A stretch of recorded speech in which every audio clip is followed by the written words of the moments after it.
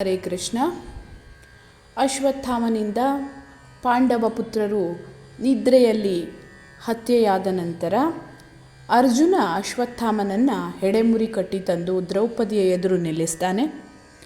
ಆಗ ದ್ರೌಪದಿ ಹೇಳ್ತಾಳೆ, ತನ್ನ ಪರಿಸ್ಥಿತಿಯನ್ನು ಅಶ್ವತ್ಥಾಮನ ತಾಯಿಗೆ ತಂದೊಡ್ಬೇಡ, ಈತನನ್ನು ಬಿಡುಗಡೆ ಮಾಡು ಅಂತ ಹೇಳ್ತಾಳೆ. ಆದರೆ ಭೀಮ ಇವನಿಗೆ ಮರಣದಂಡನೆಯಾಗಬೇಕು, ಮಲಗಿದ್ದ ಮಕ್ಕಳನ್ನು ಈತ ಹತ್ಯೆ ಮಾಡಿದ್ದಾನೆ ಅಂತ ಹೇಳ್ತಾನೆ.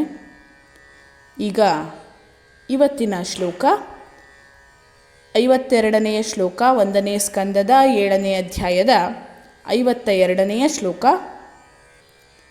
ನಿಶಮ್ಯ ಭೀಮಗದಿತಂ ದ್ರೌಪದ್ಯಾಶ್ಚ ಚತುರ್ಭುಜಃ ಆಲೋಕ್ಯ ವದನಂ ಸಖ್ಯುರಿದಮಾಹ ಸನ್ನಿವ. ಈ ಶ್ಲೋಕದ ಅನುವಾದ ಹೀಗಿದೆ: ಭೀಮ ದ್ರೌಪದಿ ಮತ್ತಿತರರ ಮಾತುಗಳನ್ನು ಆಲಿಸಿದ ಬಳಿಕ ಚತುರ್ಭುಜನು ಅಥವಾ ದೇವೋತ್ತಮ ಪರಮಪುರುಷನು ತನ್ನ ಆಪ್ತ ಮಿತ್ರ ಅರ್ಜುನನ ಮುಖವನ್ನು ದಿಟ್ಟಿಸಿದನು ಮತ್ತು ನಸು ನಗುತ್ತಾ ಮಾತನಾಡಲಾರಂಭಿಸಿದನು.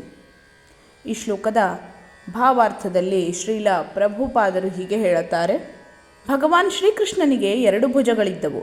ಅವನನ್ನು ಏಕೆ ಇಲ್ಲಿ ಚತುರ್ಭುಜನೆಂದು ನಿರ್ದೇಶಿಸಲಾಗಿದೆ ಎಂಬುದಕ್ಕೆ ಶ್ರೀಧರ ಸ್ವಾಮಿಗಳು ವಿವರಣೆ ನೀಡಿದ್ದಾರೆ.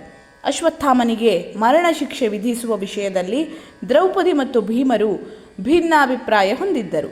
ಅವನನ್ನು ತತ್ಕ್ಷಣ ಮರಣಕ್ಕೆ ಗುರಿಪಡಿಸಬೇಕೆಂಬುದು ಭೀಮನ ಅಭಿಲಾಷೆಯಾದರೆ ದ್ರೌಪದಿ ಅವನನ್ನು ಪಾರು ಮಾಡಬಯಸಿದಳು. ಭೀಮ ಅವನನ್ನು ಸಾಯಿಸಲು ಸಿದ್ಧನಿದ್ದನು. ದ್ರೌಪದಿ ಅವನಿಗೆ ಅಡ್ಡಿಯಾಗಿದ್ದಳು ಎಂಬುದನ್ನು ನಾವು ಊಹಿಸಬಹುದು. ಇವರಿಬ್ಬರನ್ನು ತಡೆಯಲು ಭಗವಾನ್ ಶ್ರೀಕೃಷ್ಣನು 2 ಬಾಹುಗಳನ್ನು ಪ್ರಕಟಿಸಿದನು. ಮೂಲತಃ ಆದಿಪುರುಷ ಶ್ರೀಕೃಷ್ಣನು 2 ಭುಜಗಳನ್ನು ಪ್ರಕಟಿಸಿರುತ್ತಾನೆ.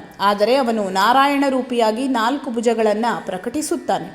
ನಾರಾಯಣ ರೂಪದಲ್ಲಿ ಅವನು ತನ್ನ ಭಕ್ತರೊಂದಿಗೆ ವೈಕುಂಠ ಲೋಕದಲ್ಲಿರುತ್ತಾನೆ. ತನ್ನ ಮೂಲ ಶ್ರೀಕೃಷ್ಣ ರೂಪದಲ್ಲಿ ಅವನು ಆಧ್ಯಾತ್ಮಿಕ ಆಕಾಶದಲ್ಲಿ ವೈಕುಂಠ ಲೋಕದಿಂದ ಅತಿ ದೂರದಲ್ಲಿರುವ ಶ್ರೀಕೃಷ್ಣ ಲೋಕದಲ್ಲಿ ವಾಸಿಸುತ್ತಾನೆ. ಆದ್ದರಿಂದ ಶ್ರೀಕೃಷ್ಣನನ್ನು ಚತುರ್ಭುಜನೆಂದು ಕರೆಯುವುದರಲ್ಲಿ ವಿರೋಧಾಭಾಸವೇನೂ ಇಲ್ಲ. ಅಗತ್ಯ ಬಿದ್ದಲ್ಲಿ ಅರ್ಜುನನಿಗೆ ವಿಶ್ವರೂಪದಲ್ಲಿ ತೋರಿಸಿದಂತೆ ಅವನು 100 ಬಾಹುಗಳನ್ನು ವ್ಯಕ್ತಪಡಿಸಬಹುದು. ಆದ್ದರಿಂದ 100 ಸಾವಿರಾರು ಭುಜಗಳನ್ನು ತೋರಿಸಬಲ್ಲವನು ಅಗತ್ಯ ಬಿದ್ದಾಗ ಚತುರ್ಭುಜಗಳನ್ನು ಪ್ರಕಟಿಸಬಲ್ಲನು.